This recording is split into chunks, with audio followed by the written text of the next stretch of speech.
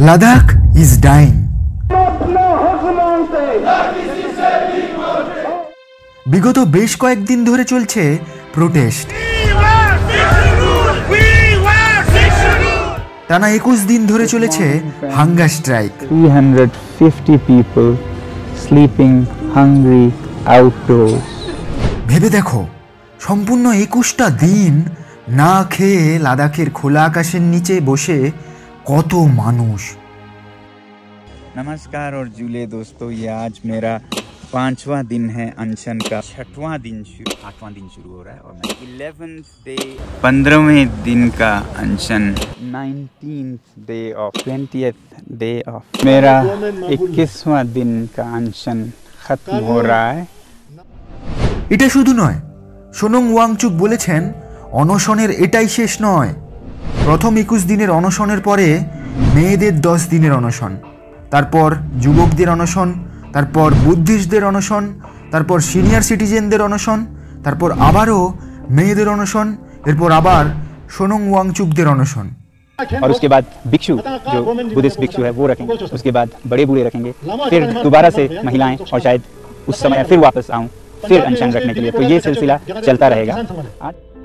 এই অনশন চলবে ততক্ষণ যতক্ষণ না লাদাখকে 6th শিডিউলের মধ্যে আনা হয়। 6th শিডিউল কি, কেন হাজার হাজার মানুষ খোলা আকাশের নিচে অনশন করছে, সোনম ওয়াংচুক কে, কি তাদের দাবি, আর মোস্ট ইম্পর্টেন্টলি টানা 21 দিনের অনশনের পরেও সরকার কেন চুপ, ভিডিওতে একে একে সব জানাবো।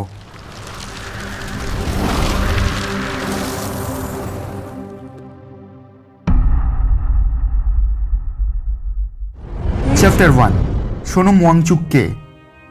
সোনম ওয়াংচুক হলেন একজন ভারতীয় ইঞ্জিনিয়ার, ইনোভেটর আর শিক্ষা সংস্কারবাদী।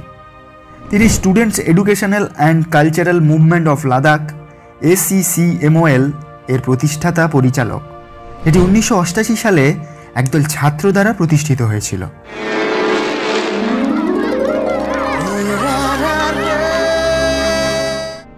বলিউডের বিখ্যাত সিনেমা 3 ইডিয়টসের র্যাঞ্চোয়ের চরিত্র সোনম ওয়াংচুকের জীবন থেকে অনুপ্রাণিত হয়ে তৈরি করা হয়েছিল। 3 ইডিয়টস সিনেমাতে যেমন র্যাঞ্চো বিভিন্ন ক্রিয়েটিভ কাজ করেছিল, সেরকম আসল জীবনেও সোনম ওয়াংচুক বিভিন্ন ক্রিয়েটিভ কাজ করেছিল।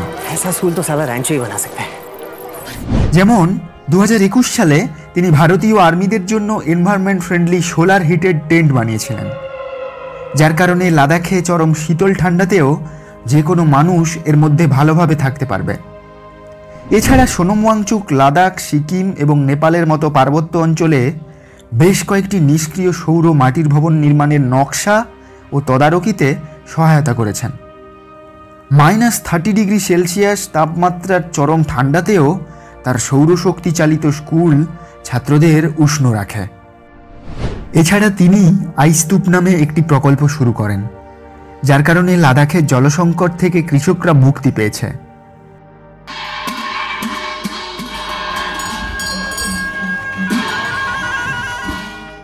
এরকম আরও অনেক ইনোভেটিভ আবিষ্কার করেছেন তিনি, তাই তাকে বিভিন্ন ধরনের অ্যাওয়ার্ড দিয়ে সম্মানিত করা হয় প্রায় সময়।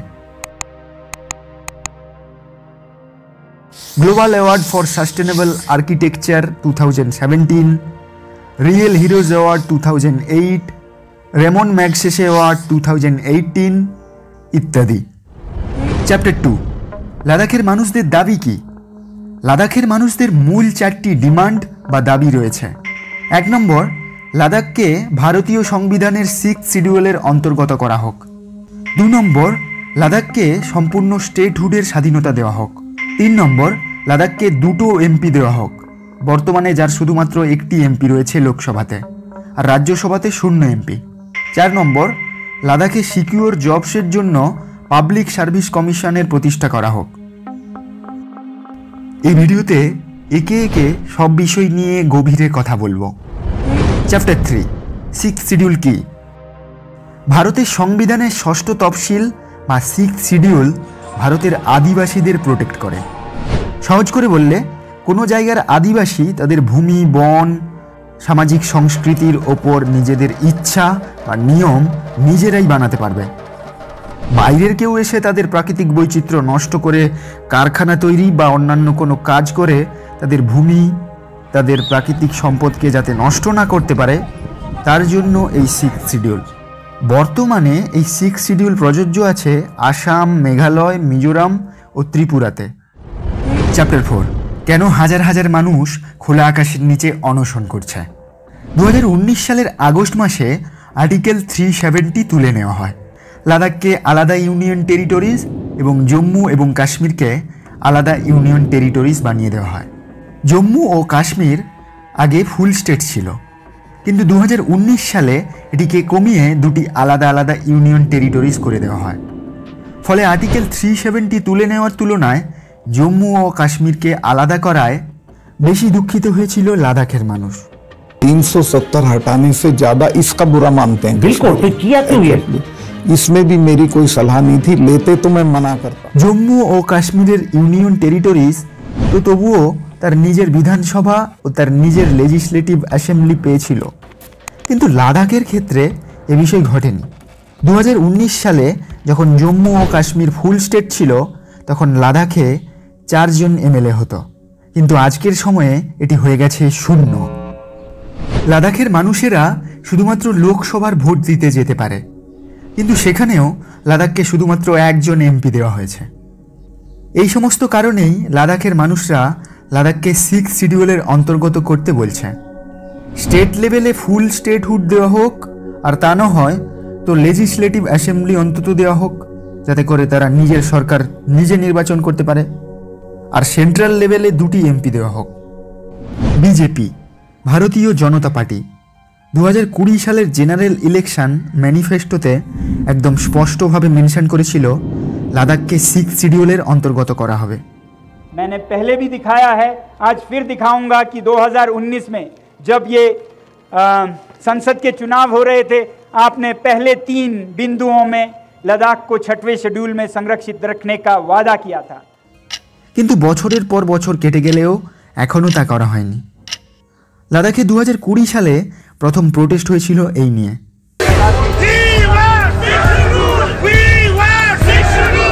এটা অনেকটা ভোটের আগে রাজনৈতিক নেতাদের কথার মতো, হ্যাঁ চাকরি দেব, আমাদেরকে ভোট দেন, কিন্তু যেই মাত্র ভোট শেষ আপনি কে? সেরকমভাবে লাদাখের সেই 6th শিডিউলে অন্তর্গত করার সেই দাবি মানা হয়নি। এরপরে 2021 সালের ডিসেম্বর মাসে এবং 2022 সালের নভেম্বর মাসে আবারও দুবার প্রোটেস্ট করা হয় এই নিয়ে, কিন্তু সরকারের পক্ষ থেকে কোনো অ্যাকশন বা পদক্ষেপ এখনও দেখতে পাওয়া যায়নি। ফলে আজকের সময়ে লাদাখে মানুষরা আবারও অনশন করছে। सिलसिला चलता रहेगा, ये अनशन अभी खत्म नहीं होगा। এখন তোমরা ভিডিওর সেই জায়গায় চলে এসেছো যেখানে জানতে পারবে 21 দিনের অনশনের পরেও সরকার কেন চুপ। চ্যাপ্টার 5, টানা 21 দিনের আমরণ অনশনের পরেও সরকার কেন চুপ। ভিডিওর শুরুতে 6th শিডিউল নিয়ে যখন কথা বলেছিলাম, তোমরা তখন বুঝেছো যে 6th শিডিউলের অন্তর্গত কোনো রাজ্যে আদিবাসীদের মতানুযায়ী কোনো কাজ হবে এবং সরকার সেখানে কোনো রকমভাবে তাদের প্রাকৃতিক সম্পদ নিয়ে টানাটানি করবেন না। আর এখানেই তো মূল কারণ সরকারের চুপ থাকার। যদি লাদাখ 6th শিডিউলের অন্তর্গত হয়ে যায়, তাহলে সম্পূর্ণভাবে কেন্দ্র সরকারের লাদাখের ওপর ক্ষমতা থাকবে না। ফলে বড় বড় মাইনিং করে খনি থেকে খনিজ সম্পদ আহরণ করা হোক বা অন্যান্য আরও গোপন কার্যকলাপ করতে পারবে না সরকার। তাই সরকার চুপ। সরকার চুপ থাকলেও লাদাখের সেই সমস্ত সাধারণ মানুষরা কিন্তু চুপ নয়। তাদের লড়াই তারা লড়ছে। 21 দিন নয়, আরও অনেক দিন এই অনশন চলবে লাদাখের মাটিতে। এ লড়াই ততক্ষণ ধরে চলবে যতক্ষণ না সরকার 6th শিডিউলে অন্তর্গত করবে।